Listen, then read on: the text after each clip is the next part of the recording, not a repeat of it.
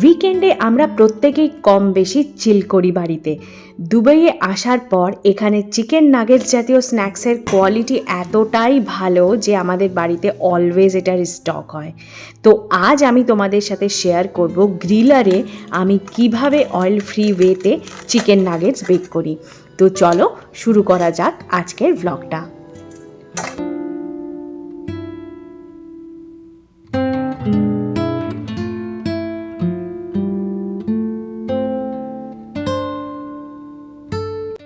Chicken nuggets bake করবার আগে একটা খুব জরুরি কথা সেরে নিই। আমি রয়েছি 500 সাবস্ক্রাইবার্স এই ল্যান্ডমার্কটার ছোঁয়ার খুব কাছে। তো যারা আমার চ্যানেলে নতুন এসেছো তাদেরকে একটা সাবস্ক্রাইব বাটনে ক্লিক করবার অনুরোধ করলাম। আর যারা আমার চ্যানেলে অলরেডি আছো আমার সাথে এতদিন ধরে তাদেরকে অনেক অনেক থ্যাংক ইউ। আশা করব পরবর্তী দিনগুলোতেও তোমরা আমার পাশে এভাবেই থাকবে। এবং পুরনো ও নতুন সদস্যদের অনুরোধ করলাম আমার চ্যানেলের প্লে লিস্টে গিয়ে আমার পুরনো ভ্লগগুলো মানে দুবাই জীবনের লাইফ সহ তার আগের অনেক ঘটনা অনেক গল্প কিন্তু আলাদা আলাদা ফোল্ডার করে রাখা আছে। তোমরা কিন্তু যে কোনো সময় ওই ভ্লগগুলোকে দেখে নিতে পারো। তো চলো এবার তোমাদেরকে আমি চিকেন নাগেটস অয়েল ফ্রি ওয়েতে কীভাবে রান্না করি তা দেখাই।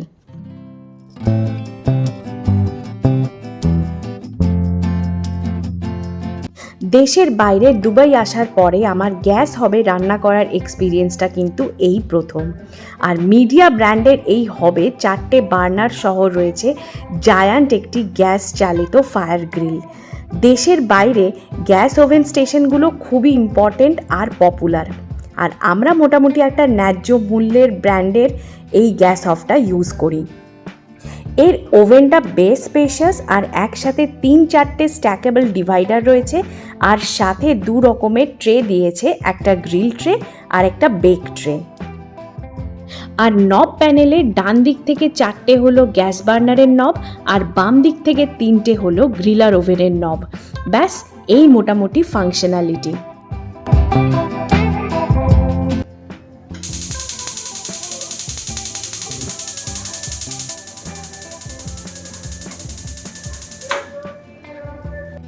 বেকিং শুরু করবার আগে এই ওভেনগুলো মানে এই ফায়ার গ্রিলগুলোতে প্রিহিটিং করা কিন্তু মাস্ট। তাই প্রথমেই আমি প্রিহিটিংয়ের জন্য ফায়ার গ্রিলটা অন করলাম, তারপর 220-তে 10 মিনিটসের জন্য প্রিহিট করলাম।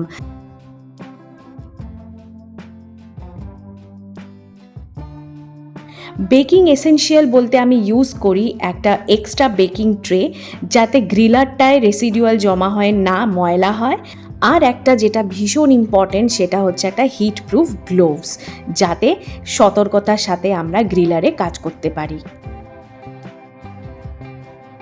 দুবাইয়ে ফার্ম ফ্রেশ ব্র্যান্ডের এই নাগেটসগুলো কিন্তু ভীষণ ফ্রেশ হয় আর খেতেও দারুণ। আমি বেকিং ট্রেতে ডাইরেক্ট নাগেটসগুলোকে কিন্তু অ্যারেঞ্জ করে নিলাম। আর এখানে কিন্তু আমি কোনো রকম অয়েল বা বাটার পেপার কিছুই ইউজ করিনি।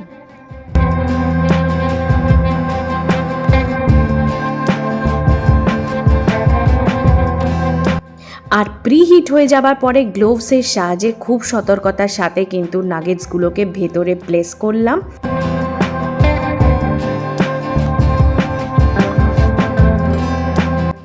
এরপর 210 ডিগ্রিতে 12 মিনিট মতন প্রথমে বেক করব। আর টাইমার কিন্তু অটোমেটিক কমতে থাকবে, ঠিক ওয়াশিং মেশিনের সেমি অটোমেটিক ওয়াশিং মেশিনে যেমন হয়। আর শেষ হলে একটা বেল বাজে। দুঃখের বিষয় আজ আমি সেই বেল বাজার সাউন্ডটা ক্যাপচার করতে পারিনি। 12 মিনিট শেষের পরে যখন বেল বাজবে তারপরে ওভেনটাকে খুলে আমি ডেফিনেটলি সতর্কতার সাথে একটা টং বা চিমটে দিয়ে আমি নাগেটসগুলোকে কিন্তু উল্টে দিচ্ছি, যাতে ওপরের দিকটা যেমন করে হিটেড হয়েছে বা বেকড হয়েছে নিচের দিকটাও আবার বেকড হয়। এবং তারপরে আমি আবার কিন্তু ওভেনটাকে চালিয়ে দেব।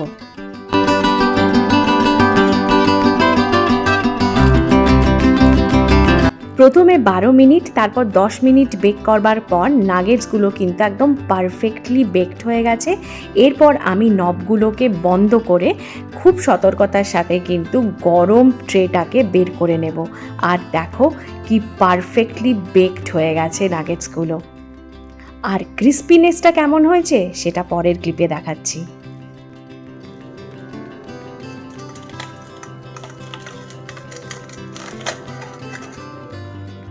ফায়ার গ্রিল ওভেনে এত পারফেক্টলি বেকড নাগেটস বেরোতে পারে বা স্ন্যাক্স ফ্রাই করা যায় অয়েল ফ্রি ওয়েতে, সেটা আমাদের কল্পনারও বাইরে ছিল। আমরা প্ল্যান করছিলাম একটা এয়ার ফ্রায়ার কিনবো, তো যাই হোক আমি আমার হাজব্যান্ডের পয়সা বাঁচিয়ে দিয়েছি। ওভেনটা ইউজ করবার পরে লাইট অফ করে ওভেনের ঢাকনাটা বন্ধ করে দিয়ে কিন্তু আমাকে গ্যাসের এবং ইলেকট্রিকের নবটা বন্ধ করে দিতে হয়। এটা একটা রেগুলার প্র্যাকটিস এই হব ইউজ করবার জন্য।